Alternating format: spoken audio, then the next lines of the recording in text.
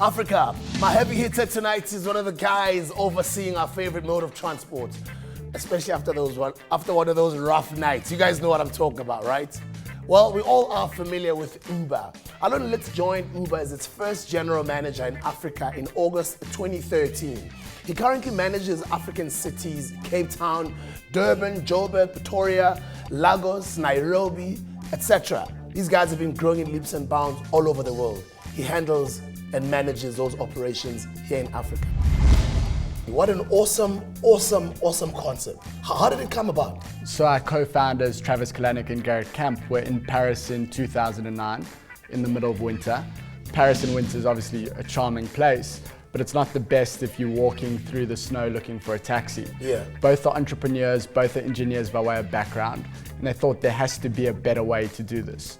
They went back to San Francisco and they developed the Uber application, which is a smartphone application which allows you to request a driver using a smartphone. So it makes it easier and more efficient for you to get around your city. And for drivers, it enables them to scale and grow their businesses in a way that they couldn't before. Tell us a little bit about your growth and some of the obstacles you've had to overcome. Things like policies, things like the existing transport rules and different groups of transport companies that are not liking you guys that much. So we've really been humbled by the growth that we've experienced. We're very proud to announce in January this year, there have been over 2,000 job opportunities created using Uber's platform in South Africa. And we're on track to ensure that that number is over 15,000 within the next 2 years. On the rider side, over 1 million trips were booked on the platform in 2014. And in the first half of this year, we've already seen 2 million trips booked on the platform. I think an important point to note is that Uber is an open platform. Yeah. So it's not about Uber or taxi or existing transport operators. It's about Uber and taxi and other transport operators. So there are a number of existing meter taxi operators that actually make use of Uber during their downtime in a way that they can really minimize their downtime and maximize their earnings. And say for instance, I'm owning a car and I'm trying to do some work with Uber. What is the procedure, me as a driver? Drivers need to obtain a professional driver's permit. In addition to that, drivers come through for an additional criminal background check, which is performed through a third-party provider. Assuming that all checks out, there are requirements on the vehicle side. Vehicles have to have insurance, commercial insurance, passenger liability. Vehicles go for a third-party inspection. They need to be roadworthy, have something called an operator's card, and finally an operator's license. How does technology play a role in advancing or bettering Africa? With Uber, log onto the application, continue to operate the way that you were before, but leads come to you using our technology. Don't worry about investing in a dispatch system, which really is quite a hefty investment. Uber does that on your behalf.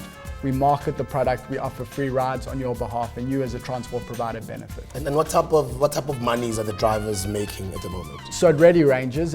On average, we're seeing guys making about 5,000 Rand a week, but it depends on how often individuals are working, what times of day, where they work. So there are a lot of variables in play there. I know a lot of guys are not happy with you guys at the moment, but what are you guys doing to combat, to create a relationship with the existing taxi owners at the moment? Yeah, so it's a great question. It's not a process that happens overnight, but we are committed to engagement. We have gone through a process facilitated by the city where we're engaging with meter taxi operators. To my earlier point, a lot of it is from a place of not understanding the way that the technology works. So you're educating the consumer. Exactly. We're also working on finance partnerships to reduce the barriers of entry for existing taxi operators. So say you're a taxi operator with a vehicle that at the moment doesn't qualify to be on the Uber platform.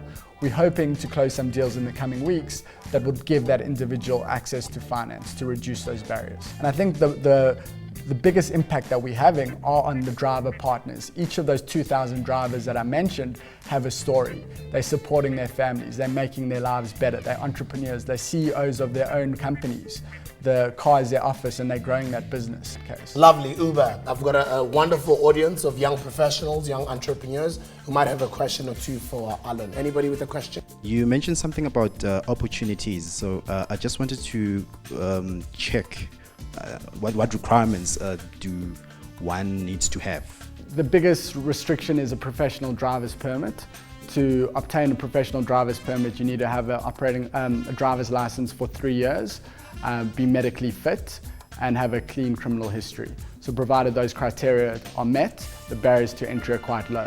Where you're looking now at whether the qualification criteria of that person, the criminal record and all of those sorts of things, is that something that you incur as a business where you insource that cost, or do you pass it on to that consumer? It's a good question. Initially, it is a cost that we incur. But for example, if a driver comes through and they have a criminal hit, it's a cost that we pass on. So it's a combination of the two.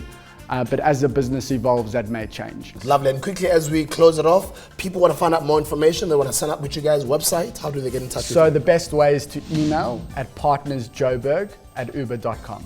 At partnersjoburg@uber.com. That's right, 100%.